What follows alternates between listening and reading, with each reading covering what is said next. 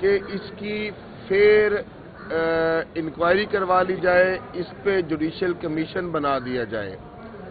ہمارے لیڈر کا آج تک ایک ہی مطالبہ چلا آ رہا ہے کہ اس توڑ پھوڑ میں ہمارے کارکنان شامل نہیں ہیں، وہ پرامن احتجاج کا حصہ تھے۔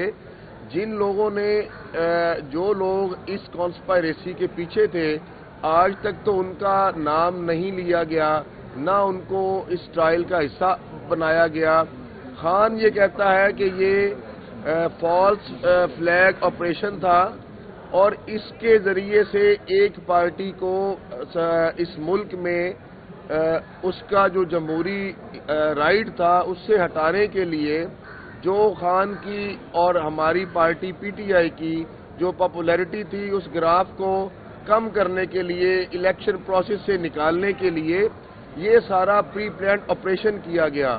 ہم آج بھی یہ مطالبہ کرتے ہیں کہ اس پہ ایک آزاد جوڈیشل کمیشن بنایا جائے۔ ہم چیف جسٹس سپریم کورٹ سے جو آج کل وہ ایک نئی ٹرم بنی ہوئی ہے کہ ایک آئینی عدالت اور ایک غیر آئینی عدالت، ہم دونوں سے ہی مطالبہ کرتے ہیں کہ 9 مئی کے واقعات پر آج بھی ایک جوڈیشل کمیشن بنا دیا جائے تاکہ اصل حقائق سامنے آئیں کہ اس کے پیچھے کون سے چہرے تھے، یہ کن لوگوں نے ایک پارٹی کو دبانے کے لیے، جو اس ملک کی اکثریتی پارٹی ہے، اس کو دبانے کے لیے یہ آپریشن کیا گیا۔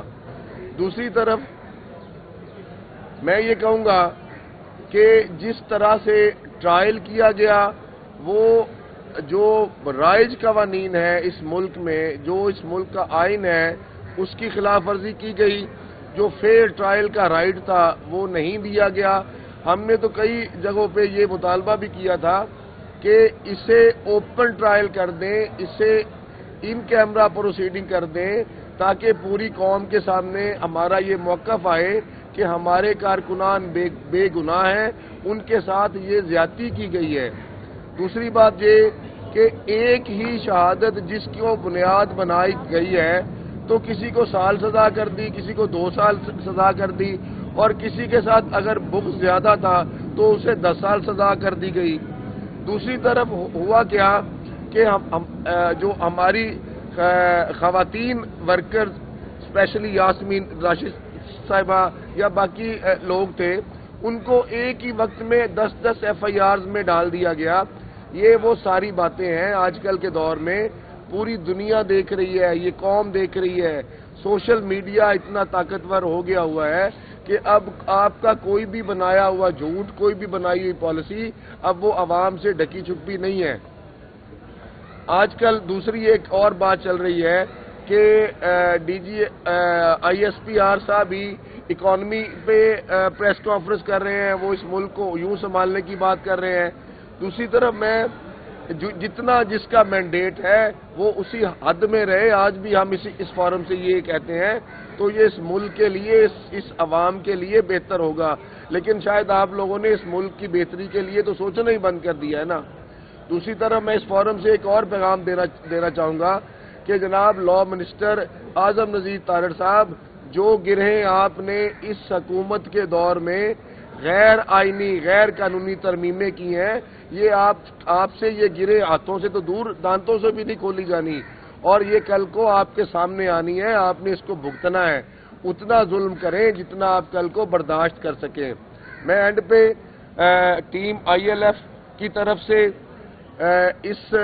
ان سزاؤں کی پرزور مذمت کرتا ہوں، اور اس فورم کے توسط سے یہ ہم پھر بھی بارش کا پہلا قطرہ ثابت ہوئے ہیں کہ ہم نے اس ظلم اور بربریت کے خلاف آواز اٹھائی ہے۔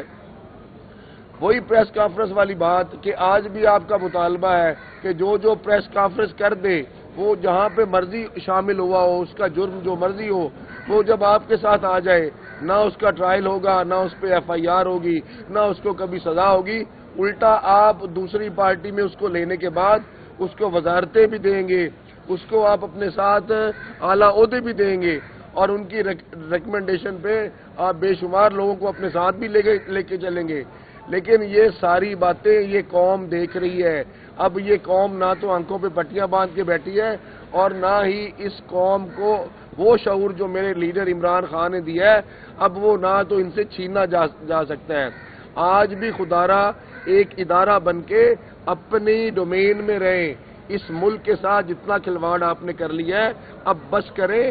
ان عوام کو جن کے پیسوں سے لے کے آپ کی تنخواہیں، آپ کی گولیاں آتی ہیں اور پھر وہی گولیاں آپ نہتے عوام پہ چلاتے ہیں۔ آج پھر میں یہاں پہ یہ سوال کروں گا کہ بھائی گولی کیوں چلائی؟ وہی گولی جو اس قوم کے پیسے سے آپ نے خریدی۔ خدارا اس ملک پہ رحم کریں اور اب بس کر دیں۔ ہم اس ملٹری ٹرائل کی مذمت کرتے ہیں، ہمارے تمام ورکرز کو رہا کیا جائے، ہمارے لیڈر عمران خان کو رہا کیا جائے۔ آپ سب گھٹنے ٹیک چکے ہیں میرے اس قائد کے سامنے، وہ آج بھی آپ کے ساتھ ڈیل نہیں کرنا چاہ رہا۔ آپ نے بے شمار اس کو آفرز دی ہیں کہ بنی گالا چلے جائیں، کے پی چلے جائیں، زمان پاک چلے جائیں، لیکن وہ میرا بہادر قائد ہے کہ اس نے آپ کی ہر ڈیل سے، ایون کہ آپ نے گورنمنٹ بھی دینے کی آفر کی ہے، میرے خان نے کہا ہے کہ نہیں، میں جس پروسیس سے آیا ہوں میں اپنا وہی نظریہ، اپنا وہی منشور اس عوام نے مجھے طاقت دی ہے، وہ اس عوام کی طاقت کے ساتھ انشاءاللہ جمہوری طریقے سے دوبارہ وزیر اعظم بنیں گے۔ Thank you very much ji. Military trial نامنظور، ملٹری ٹرائل نامنظور، ملٹری ٹرائل نامنظور، ملٹری